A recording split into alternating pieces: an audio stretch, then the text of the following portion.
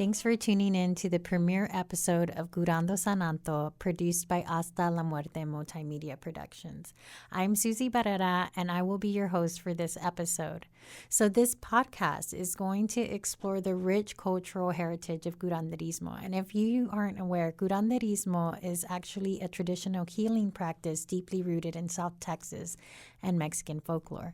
Every week for 30 minutes, we're going to cover a wide range of topics within curanderismo. We're going to get into the history and the evolution of curanderismo, and we're going to talk about the role that herbs and different natural remedies play in this traditional practice. We're also going to get into like spiritual cleansings, some rituals, and their significance to why they might be helpful in your day-to-day life, just like clearing out energy. We're going to hear from some people. We're going to hear their stories about, why they sought out curanderismo and if they benefited. What was their experience from this cultural healing practice? We'll also be gaining insights from a local curandera here in San Antonio. Doña Eva will be joining us on the next episode, so you don't want to miss it. And if you don't already follow Hasta la Muerte Multimedia Productions on TikTok or Instagram, go ahead and go give us a follow. That way you can stay up to date with the latest news and also learn about guests that we'll be having on the show. So let's get into it. On this episode, I wanted you to know that it was important for me to debut this podcast on September 15th because it coincides with the start of Hispanic Heritage Month, which runs through October 15th. And then after that, we have the Dia de los Muertos remembrance. That's really significant to me. I practice, putting up altars and acts of remembrance in my family, and that starts on October 28th and it runs through November 2nd. And so I think it's really vital for us to, discuss these various aspects of curanderismo to preserve the cultural traditions and the historical significance that it holds within the Hispanic culture. I'm going to share with you a little bit now about the backstory of how this idea for this podcast came about. I want to let you know also what to expect on the next episode. So I've always been very curious about curanderismo. I used to hear, from family members, my mom, that her dad was a curandero, and that always kind of stuck with me throughout my life. I really wasn't sure when I was little what that meant, what that entailed. Just hearing whispers throughout the family because I guess it was something that they might have been ashamed or embarrassed about. I did hear, a little bit about how he worked in, light energy and some dark energy. And I don't know, really what that entails. I just know from the things that I've heard and that were told from me, for instance, my mom has this memory that was very, prevalent. It stuck, right? I guess it was traumatic for her, but she told me about this time where her and my biological father were sitting in my grandfather's chair, and I guess some dark spirits had came to come look for him. And then I've heard just other tidbits here and there of, cleaning your del mal de ojo and la varidas and things like that. So I was just really curious about what those things entailed and where did they come from? Where did these practices initiate? So because I was very curious, I've, done these practices before, and I've had them done to me when my grandmother was still alive. I remember her curando me and my sister de susto, and she had put a white sheet over me. I was laying on the ground, and it sounds really awkward now. I know that when I was little, it was just something that I was used to. And I remember her just taking a broom, if it was a broom, because I couldn't see what she was doing on the other side, and, sweeping my whole body with it. And then I know that in Mexican culture and Hispanic culture, everybody kind of knows that you get an egg and you heal somebody of ojo. Mal de ojo. And so these are the types of things that I was like, man, or, prendendo una vela. Like, but so I was just like, what is this? Like, I'm not real sure what that stuff is and why it seems taboo now to practice it or talk about it, or you just hear various kinds of perspectives about how it's probably not a good thing. So I did some research, and there was this book and this author that I came across that really, for me, kind of connected some dots as to why these practices are something that, have been in our culture for millennia. Like, it's been around forever. So they do derive from ancient practices, right? If you want to go look into some of these, writings, her name is Erica Buenaflor, and she's got, I think, about like 4 books already out on different origins and practices and things of that nature that she was able to, gather the information, learn from curanderos and curanderas in South America and Mexico. And now she shares about how that you can perform these rituals and practices on yourself and why it's essential to do so. So one day I had, been driving down South Flores, and I thought, like, wow, I keep seeing these botanicas popping up, or they've already been there, but I just really wasn't familiar with them. And this is in San Antonio, Texas. And there was this one that I was like, oh, well, you know what? Let me stop by there. This idea I feel like had been seated in me for a while. And I was just really trying to find somebody that I felt was knowledgeable enough to join me on this podcast so that we could, share with the listeners or anybody who is interested about this practice of curanderismo. And so I went into one and I was walking around. And if you've ever been in a botanica, it's filled with all these different tools that you can use to, I guess, bring about a result that you are wanting.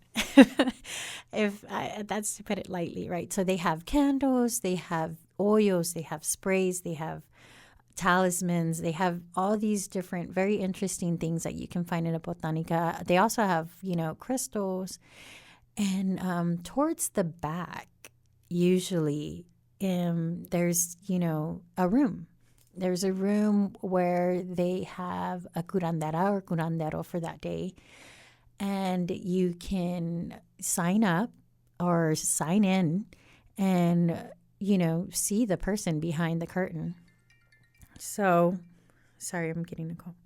So that's what I did. I was like, you know what? I'm really interested. I had been feeling a little bogged down. I didn't quite feel myself, and I really couldn't understand why.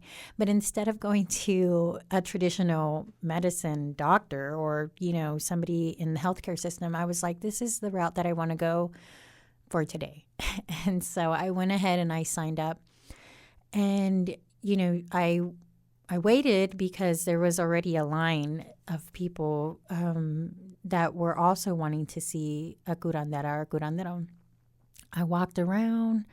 I saw different items. They had sage sticks there, floor washes, soaps, different things. Like, if you've never been in a botanica, I would suggest you go, because if you're curious like me about this topic, I'm sure that you'll, find something that you might be looking for or might benefit you. They had different candles, just all these different things that, you don't find at a regular store. But they did also have, things that you can find in a regular store. So I waited my turn, and then I was called to the back. So I go behind the curtain. I'm sitting there, and I'm talking to Doña Eva, who will join me, and I'm telling her, she's asking me what am I seeking there? What what is it that I want from her? And so I go in there and I'm talking to her and I'm telling her, well, I don't know, like I've just been feeling like my energy's off. Just to go to give you another backstory to a backstory. In 2019, during the pandemic, I decided like, oh, I'm so bored at home. I'm just going to go ahead and see if there's any courses that I really want to entertain without having to, enroll in college. So I found this course that I was super interested in, and it was called Energy Medicine. And I was like, what is that? But given the background, like I said, of hearing different ways to kind of like treat your ailments rather than traditional medicine, I was interested in it. So I went ahead and I took the course, and I was able to find out, oh my gosh, so many different interesting things about our body, about energy, about music, about sound, about chakras. So yeah, that's another story for another day. But this is kind of the reason why I felt, okay, I'm going to go see this, this practitioner, right? This holistic healer, because I was really interested in that as well. I think one of the things that had spurred me to healing was, and this might be a little off for people. I don't know how y'all are going to interpret it, but, I was reading the Bible, and I was just really interested in how we are told through scripture that we can heal and we can cast out demons. I'm being very serious right now. I know I'm laughing, nervous chuckle, but, yeah, so I was really curious about how do we go about that? Like, how does that happen? If we are in tuned with ourselves and our body is energy, and if we pass away, it says, I've heard the saying that energy doesn't dissipate, it only transforms. I was very curious about the spiritual aspects of that notion. So I was like, okay, let me go to this healer and see what she says. So we're sitting face to face. Again, she's asking me, like, what is it that I'm seeking from her? And I'm telling her that I've been kind of feeling like dense energy, very heavy, kind of tired, bogged down. I don't know why. I was getting clumsy. And I had read somewhere, like, those are symptoms of, like, ojo, right? Like somebody's giving you ojo or whatever. And so I was telling her, and I feel like I had a very curious interaction with her because she told me that I didn't need anything. And I was like, but I'm here because I do feel like I need something. And so she advised me on a couple of things, and kind of like sent me on my way. But before that, during our conversation, I had told her like, hey, well, there's this idea that I have that I've been wanting to put on. I'm not an expert in curanderismo. You hear me? I'm, letting you know the tidbits that I have. And I suggested to her that maybe she come on the show and be the featured guest because she's very well versed in curanderismo, right? She's a curandera. And so on the next episode, that's kind of what we're going to get into. I wanted to give you the backstory to let you know how this show came about. And that way you can stay tuned because Doña Eva is really going to give us the insights, I feel like, to her experiences. She's also got guests and people that have, used her services, and they're going to come on as well. We're going to have other types of healers come on the podcast, and they're going to get to share their experiences too. So I am super excited to hear the different perspectives of the different healers and the energies that they work with and the results that they've gotten, or even maybe any backlash, right? Because if you're aware, and you might not be, I assume that everybody is. I don't know why. But usually whatever energy you put out into the universe, it's the energy you come back. And I'm pretty sure these people who work in this paradigm of healing or doing some works, right, for people, because I know all this isn't like good and light. I'm sure some people seek out these services for other maybe maleficent reasons.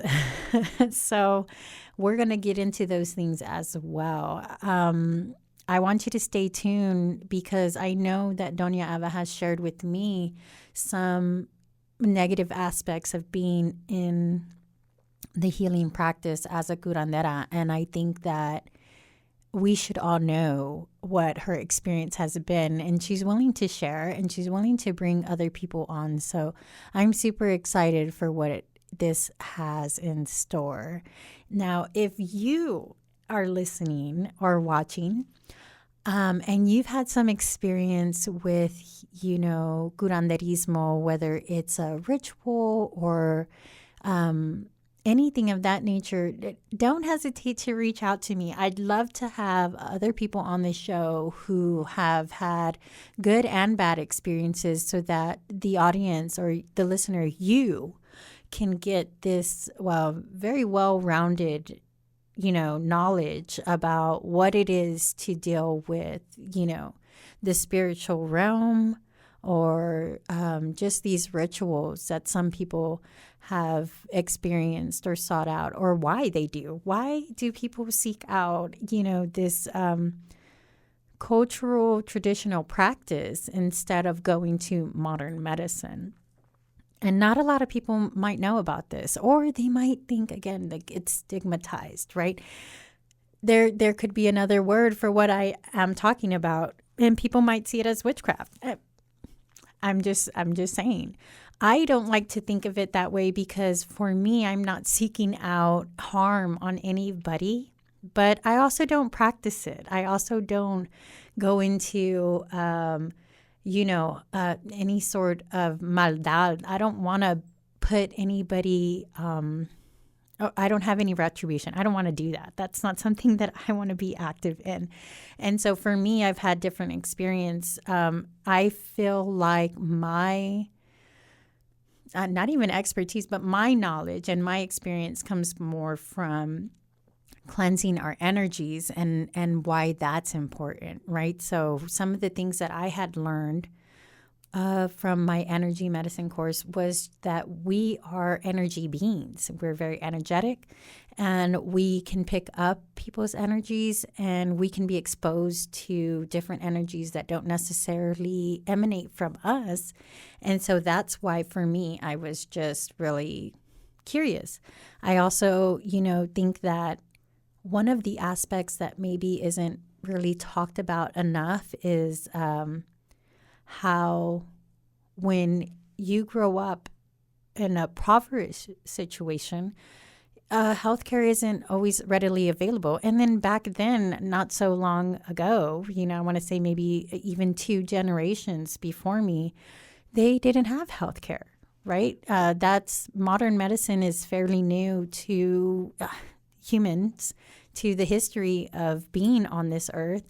But we do know that there are ancient practices and people, who lived long ago, the Aztecs, the Incas, the Mayans, these people who, have been here forever, even, in China, they have their traditional medicine. And so I'm sure that all these remedies came about and have been proven to work. And some of them maybe not so much. They might be sort of like a placebo effect, if you will. But at the end of the day, going back to the cultural and the heritage aspect of curanderismo in South Texas and Mexico, it is something that I feel like was practiced even by indigenous bodies because of how things were available to them. And I know that I struggled to find my words right there, but these things that were not available back then, we only had herbs, right? We had the earth to work with and things of that sort. So stay tuned. And again, if you have any insights, if you have anything to share, I'm more than willing to, get you on the show, see what you have to say and what has worked for you or what hasn't. Maybe maybe you don't know anything about curanderismo, and maybe this is your first time hearing about it. I wanted this show to premiere on September 15th because I feel like it really coincides with the Mexican heritage, Latina culture. I wanted to share it with you. I thought that it was super interesting and that people would be super curious. And even if, you're well versed in curanderismo, I think that, it's a very interesting topic for us to be able to talk about. So stay tuned.